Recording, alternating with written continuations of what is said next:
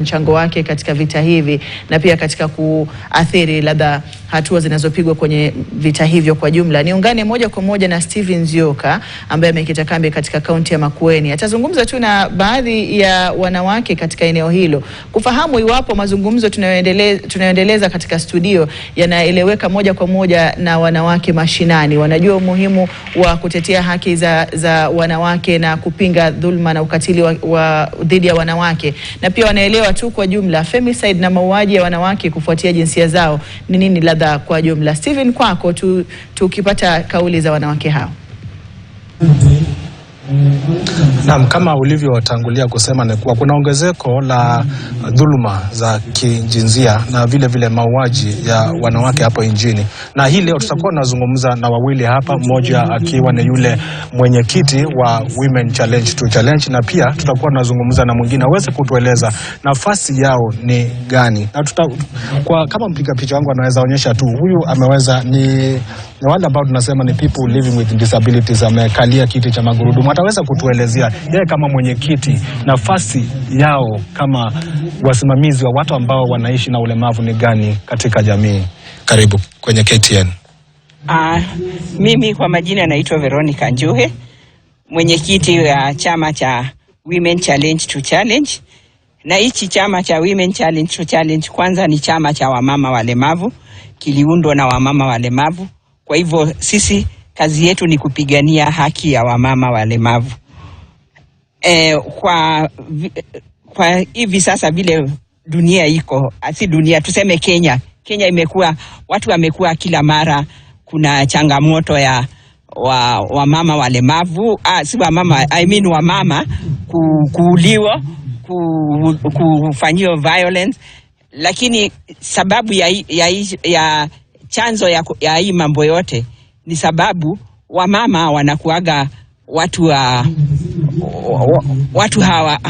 wamama wanakuaga watu wale wanaweza kufanyika kitu, inaweza fanyika juu yao haraka sana, kwa sababu wamama hawana ile nguvu ya kujipigania kama mama, yani kivita. Lakini kwa maneno unaweza kujipigania ukipatiwa nafasi. Kwa mama mlemavu inakuwa ni double ya mama ule mwingine anajiweza. Kwa hivyo mama mlemavu akipatwa na janga kama hilo, akiwa amekuwa raped, unajua yeye atakuwa raped kwa sababu kitu ya kwanza, kama yeye ni mama mlemavu, let's say ni a person with disability kama mimi hivi niko kwa wheelchair, siwezi pigana na ule mwanaume ati najaribu kujitoa ama nitoroke. Kama ni mama hasikii ile inaendelea, yeye ni deaf, kwa hivyo wanamfanyia vile tu wanataka. Kama ni mama haoni, sasa tena hiyo ndio changamoto ingine. Haoni, yeye anashikwa tu, anarushwa huko. Kwa hivyo janga kama hili likitokezea la mtu kuwa violence, amerepiwa, amekuuliwa, kwake ni rahisi sana, na hayo mambo ipotelee hivyo sababu hakuna mtu atajua. Kwa hivyo sisi kama wamama walemavu tunajaribu chama hicho chetu cha wamama walemavu tunajaribu kufundisha watu at least haki yako. Tunajaribu kuwafundisha, tunawafundishaga sana, empower them with wajue ati wakapatwa na jambo kama hilo wanaweza kwenda kwa nani, wanaweza anza wapi, kwa sababu wakijua sheria inakuwa ni kitu ya maana sana, sababu wengi wao wale weko huko mashambani hawajui sheria, hawajui kama kuna sheria inaweza kuwasimamia. So sisi kazi yetu kama wamama walemavu, hiyo ndio kazi yetu, hiyo ya Women Challenge to Challenge. Tuna empower women wajue haki zao na waweze kujitetea. Kama kuna kitu chochote kinaweza fanyika, mtu anajua kule anaweza enda. Tunawafundisha hata ati ukiwa raped vile uko supposed kufanya, kwenda kureport, hizo nguo usifue, usioge, hizo vitu zote tunawafundisha. Na tunawafundisha sababu tunajua hawajui, sababu pia wengi wa mama walemavu ni wale wajaenda masomo sana, maybe nafasi ile alipata ya kusoma pengine ijafika hata class 8. Pia sisi tunaonelea si lazima ati ukue umefika university ama wapi, tunawafundisha hao weko huko mashinani wajue haki yao na wajue kwanza sana wajue haki yao, sababu bila kujua haki yako hauwezi kujua kile kinaendelea duniani.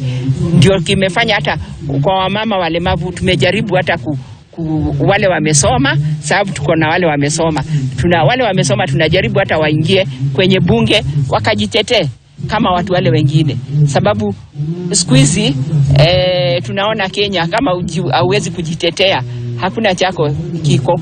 Kwa hivyo tunawahimiza waende kwa bunge kama wamama wale wengine. Labda swali moja tu, tulijipata haji mahali tuko wakati huu, ama kesi zenyewe zilikuwepo hapo mbeleni, labda zilikuwa zinaripotiwa ama zinaendelea kuongezeka? Tulijipataje kwenye hali hii? Hata zinaendelea mbeleni. Tulipata kuna wamama walemavu walikuwa wanarepiwa na hakuna mtu alikuwa anafanya lolote, na hata sasa kunao pia wanarepiwa, na sana wanarepiwa na familia yao. Unaona, mama mlemavu kama yuko kwa familia anaweza cousins sijui au cousins sijui au just relatives ndio tena wanawarepu. Kwa hivyo hii ni kitu inaendelea na inaendelea hata hivi sasa. Umezungumzia sana kuhusiana na dhuluma kama hizo za rape and such, lakini ukiangalia kwa upande mwingine labda kuna mambo kama mauaji ya wanawake ambayo yanaongezeka. Tuliweza kuona kule mjini Nakuru na maeneo mengine. Labda utasema nini kuhusiana na hayo? Sasa pengine hata sisi kwetu kuna wamama wamewahi kuwao wamama walemavu, pengine sisi hatujaambiwa, hatujui, lakini vile tuko na mama wa National Council hapa, anaweza pengine kutuambia kama kuna wale wamewahi wamepata jambo ati kuna mama mlemavu ameuliwa.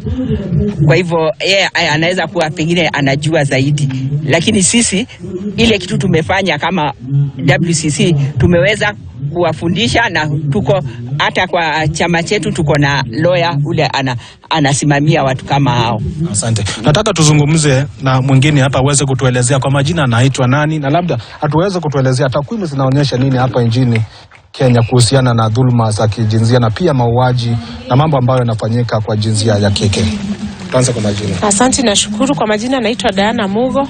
Mimi ni ofisa wa walemavu katika kaunti ya Makueni. Siku ya leo tunaposherehekea ama kuadhimisha siku ya walemavu duniani, tunasisitiza mambo ya dhuluma za kijinsia hasa kwa watu walio na ulemavu. Tukiwatazama tunaona wanaathirika kwa urahisi, ile tunaita vulnerability, yani wanaweza kuathirika kwa urahisi ukilinganisha na wale ambao hawana ulemavu. Na kwa hakika kulingana na ripoti ambazo tunazipata kupitia kwa wasajili wa zile dhuluma, manake zinasajiliwa pale kwa vituo vya polisi na pale hospitali, kulingana na zile habari tunazozipata ni kwamba dhuluma inaongezeka, na ni changamoto sana haswa kuona watu ambao walio na ulemavu wakidhulumiwa katika dhuluma za kijinsia, za kimapenzi. Inasikitiza sana, na kama shirika ambalo tunaangazia mambo ama haki za walemavu, tuna ghadhabu. Hatusemi tunaweza sema tu tumeghadhabishwa na haya matukio. Aswa pia ukiangalia katika jinsia zote mbili, unapata kwanza kwamba jinsia ya kike inadhulumiwa kwa kiwango cha juu kuliko jinsia ya kiume. Na tumesikia pia maripoti ambazo unasikia kukiripotiwa ya kwamba mtu aliye na ulemavu amedhulumiwa, wengine wamepoteza maisha. Sio hata tu hapa Makueni, hata sehemu zingine ambazo tumefanya kazi tumeshuhudia yale matukio. Yani tumeyasikia ya kwamba mtu anadhulumiwa na kisha anapoteza uhai, na ni jambo la kusikitisha. Na kama shirika ambalo linashughulikia haki za walemavu, sisi kazi yetu ni kuangazia ama kuangalia wale ambao wamepewa hilo jukumu la kuhakikisha kwamba mlemavu amepata haki yake, ni kuangalia na kufanya kazi na wao pamoja ili tuhakikishe mlemavu amepata haki yake. Na wito wetu leo ni kusema komesha dhuluma za kijinsia kwa walemavu, na hatutanyamaza ama hatutawacha mpaka tuone ya kwamba hivi visa vimeisha kabisa. Asante. Umeweza kusikia hao wawili wakiweza kuzungumzia kuhusiana na dhuluma za kijinsia hapa nchini kwa jumla, ikisemekana kuwa mtoto wa kike hako kwenye hatari. Kutoka hapa kaunti ya Makueni, jina langu ni Steven Nzioka, kwako studio. Asante sana Steven Nzioka kwa kutuletea sauti na kauli za kina mama walio mstari wa mbele katika kutetea haki za